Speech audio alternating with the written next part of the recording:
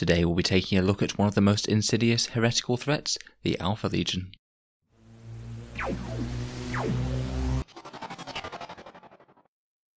Hello and welcome back to Auspex Tactics, the strategy and tactics focused 40k channel where we're all about getting the most out of our miniatures on the battlefield. Today I thought we'd shine the spotlight on one of the Chaos Legions, particularly because the Alpha Legion gained so many interesting and powerful stratagems in the Faith and Fury Psychic Awakening book in the last few months. Now the Alpha Legion already have one of the better Chaos Marine Legion traits, having -1 to hit outside of 12 inches. As a bit of a covert ops type force, their Warlord traits and stratagems particularly seem to emphasise doing extremely surprising manoeuvres on the tabletop with a lot of moves that you just won't see coming unless you're informed about what the stratagems do. Today we'll talk through some of the key surprising moves that the Legion can pull and some of the ways you might likely see them on the tabletop. Hopefully this will be of some use to Alpha Legion players as well as those playing against them. We'll start off with Warlord traits then, and they have a few very threatening ones, and above that they can also have 2 of them with the We Are Alpharius stratagem for 1 extra command point. In terms of Warlord traits and relics, I've just focused on the ones that are the most scary or unexpected, though I have gone through every single one of the stratagems because they are all scary and unexpected.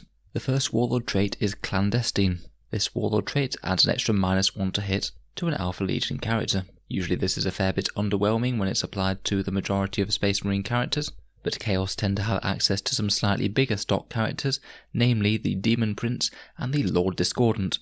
A Lord Discordant with Clandestine and the Alpha Legion trait is -2 to hit natively outside 12 inches, and the Chaos player can further increase that with things like Psychic Powers or Dark Apostles. With this combination you have the potential for a -4 to hit Lord Discordant, which against pretty much every army in the game is just not going to be able to be shot in the shooting phase. Next up we have Master of Diversion. This is a fairly standard Warlord trait that allows you to redeploy 3 units before the start of the game. It's pretty much handy for every army, as it means that if you're going first, then you can react to your opponent's deployment, even though usually the defender gets complete knowledge of where the attacker's setting up and can deploy to counter them. This messes that up, and if you're trying to keep away from a key threat or outrange certain Alpha Legion guns, then that's probably not going to happen, or at least with the 3 units of their choosing with this trait. In particular, if you're hoping to avoid a short-ranged or melee threat, such as a unit of Possessed or some Obliterators, the Alpha Legion player could certainly redeploy them with this trait, and then use their Forward Operative stratagem to move them 9-inch forwards, meaning that you're pretty much going to be unable to avoid certain Alpha Legion threats on your first turn, even if you're going second and get to counter-deploy them. The next 2 aren't quite as powerful, but they could be very surprising in the wrong circumstances. Firstly, we have Faceless Commander, which allows you to redeploy your Warlord and set him up within 3 inches of another Alpha Legion infantry unit somewhere on the board, outside 9 inches of enemy models. This could be a sneaky trick for getting a Warlord really up close to the enemy very quickly, so you could have a big fighty character on your doorstep in absolutely no time at all. Finally, and a little bit more niche, there's the Headhunter Warlord trait. This essentially gives your Warlords the character targeting rules, meaning that they can shoot them even if they're not the closest. This pairs particularly well with the Viper's Bite, a relic combi bolter that you can get for your Warlord that has pretty decent shooting at strength 5, AP -2 and damage 2. If they pick up this trait, then your characters might not be quite as safe as they thought they were, and it could even work on something like a Lord Discordant with their autocannon or Bale Flamer. In terms of the relics, a lot of them are just boosted war gear and things, but one particularly interesting one is the Hydra's Whale. Just for the cost of 1 relic, this could really mess with your opponent's stratagems. When this is deployed, on the turn that you use it, every time your opponent uses a stratagem, on a 4+, they must spend an extra command point, so it's very similar to the Collector's Assassin's ability, Reign of Confusion. Some armies absolutely rely on their stratagems to function, and by deploying this either on turn 1 or turn 2, whenever you think that the stratagems are going to come the fastest, an Alpha Legion player could really take a chunk out of your remaining command points, making you think twice as to whether or not you really need the stratagem this turn or whether to save it, which to be fair is still an advantage in itself. A very potent little relic, this one. Now we move on to stratagems, and this is where quite a lot of the surprise moves start happening. We already mentioned We Are Alpharius for the extra Warlord trait, and Forward Operatives for the extra 9-inch movement pre-game, both of which are strong. Conceal, however, is one of the strongest stratagems that they have available. This one's used on an Alpha Legion infantry unit, and they deploy it at the start of their opponent's shooting phase. For the rest of that phase, the selected unit can only be targeted by the target of a shooting attack if it happens to be the closest unit to the model firing. So unless the unit is the closest, then it's literally untargetable. Now pretty much whenever untargetable units come up, things can get very silly very quickly in 8th edition. This is generally going to be best used on your biggest, most threatening infantry units, whether that's a squad of obliterators, a squad of havocs, or the fearsome and feared possessed bomb, where you tool up a whole load of possessed chaos space marines, give them loads of buffs through characters and psychic powers, and then hopefully avoid them being shot at all via this stratagem. One of the stupidest things that Alpha Legion can do with this is that they could put that clandestine Lord Discordant out in front of the unit, give it some extra -1s to hit, and your opponent will have to chew through a -3 or -4 Lord Discordant if they want to shoot the unit that's been concealed. It's certainly one way to do it, but you could certainly achieve a similar effect with a ton of cultists, or any other midfield unit hiding out of line of sight. This one's a ridiculously powerful stratagem, but it's important to know that it's coming, as it has the potential to seriously mess with your whole shooting phase if your army can't even target the biggest, scariest threat on the board. The timing of this one is pretty important though. They do have to do it at the start of the shooting phase. They can't just wait to see if you've targeted that unit or not. They do have to commit beforehand, so if you fire some guns off and then you try and target that unit and the Alpha Legion player tries to deploy that stratagem, then technically it shouldn't really be allowed, because they have to do it proactively rather than reactively when you try and shoot at the unit. So that one's enormously powerful and certainly can be game changing. Next up we have Sabotaged Armory for 1 command point, and this is one of the stratagems that I wish I had access to in every single army. Basically you use this stratagem when you've destroyed an enemy vehicle or monster that has an explodes type special rule, where you roll a dice and on a 6 it throws some mortal wounds all over the place. This one makes your opponent add +3 to that roll, and they also can't re-roll it for any reason. So basically when you destroy a vehicle on a 3+, it's going to explode, and there's nothing your opponent can do about it. Again, this one is absolutely enormously powerful. The way that 8th edition works means that you often want to be clustering vehicles and characters up into a big overlapping aura bubble, where all your tanks and characters can take advantage of the same buffs. By giving a vehicle a really good chance to explode once you down it, you could well shower the entire castle with a whole rain of mortal wounds, which could be particularly horrendous if you use it on something like a Repulsor or an Imperial Knight, or any other unit that has a d6 mortal wound explosion. It's a really powerful stratagem, and it's going to be deployed quite often when vehicles blow up. To counter it, basically you just need to think about what units your vehicles can be throwing their mortal wounds over, and if you can, try and minimise the amount of units that are within 6 inches of each other. This could have the potential to massively screw with your positioning, even if the opponent doesn't use the stratagem though, so it is going to be a bit of a trade-off as to whether or not you have some better positioning and deal with the mortal wounds, or you try and spread things out a little bit to limit its impact. A very, very scary one indeed, this one. Next we have Rhiness and Infiltration. This one allows the Alpha Legion player to remove an Alpha Legion infantry unit from the board and set them up at the end of the next movement phase, as if they came in from reserves. This one's pretty nice for giving a deep strike sort of rule to any units that didn't previously have it, or just a big redeployment buff to units that are outranged or in the wrong position.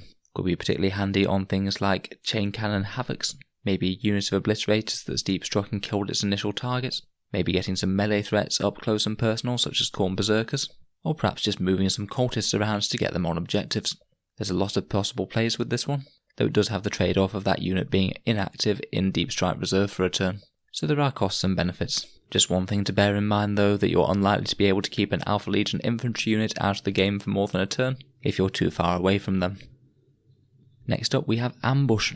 This is basically like Auspex Scan, but better in every single way. Basically this is used when you bring in a unit from reserve that's within 18 inches of an Alpha Legion player's unit.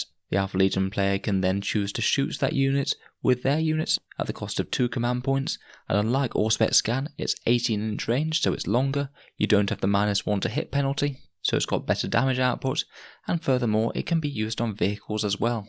So you could have something like a Chaos Vindicator lob a Demolisher Cannon Shell at your incoming reserves. Again, this one is hilariously powerful and really messes with the positioning of troops coming in from reserve. Again, it's one of those stratagems that's almost just as powerful just because you know that the Alpha Legion player has it, and it messes with your positioning. It's certainly one to remember that they do have, by the way, as this would be a total gotcha moment. If you bring down some units from reserve and they just say, oh yes, I'm shooting those with this dreadnought and blowing it away. So definitely want to be aware that they do have. Of course, you can counter this by keeping your unit out of line of sight, or just setting up greater than 18 inches away from units that seriously threaten it in terms of their shooting power. Provided you don't mind taking a volley of fire from a unit, then there's a good chance the Alpha Legion player might just not bother, as 2 command points is a fair bit, unless they're actually dealing serious damage to that incoming threat. It might be worth just saving the command points. Finally, we have Feigned Retreat. This one's a nice simple 1 command point stratagem, meaning that an Alpha Legion unit in close combat can fall back and still shoot. This dramatically reduces the advantage of tagging enemy units in close combat, and again, just the very existence of the stratagem can drastically change your game plan. So be aware, if you do just manage to get 1 unit in base contact with a key dreadnought or tank, that unit can still merrily fall back and then blow you away with its heavy firepower. In particular, things like shooty dreadnoughts, havocs, or obliterators are incredibly strong with this one. Finally, we have Scrambled Coordinates, which is 1 command point, and it's another stratagem that messes with reserved units coming in from Deep Strike. This one means that the unit has to be set up greater than 12 inches away from any Alpha Legion unit, rather than the normal 9 inch.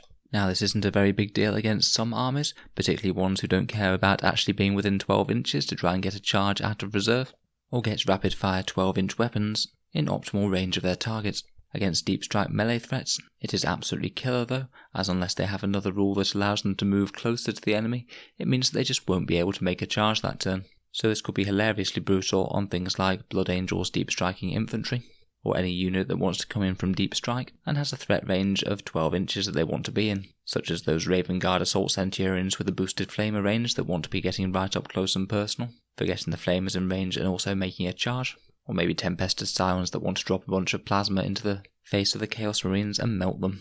This one's a bit more situational than some of them, but when used on the right units it's incredibly painful, and could certainly turn a scary melee threat into a unit of guys who's just going to show up and then get shot. There's a couple of ways that you can counterplay to this a bit. Either you can just try and drop multiple deep strike reserve threats all in one turn, after all they can only use this on 1 unit, or when it is used, then your main aim is just to keep that unit in a fairly threatening position that's also safe, so you might want to think about putting them in a midfield ruin that's out of line of sight of the enemy, so there's still a scary melee threat on the board, and the Alpha Legion just can't immediately kill them with guns. Overall, I'm very impressed with the amount of sneaky tricks that the Alpha Legion can put down.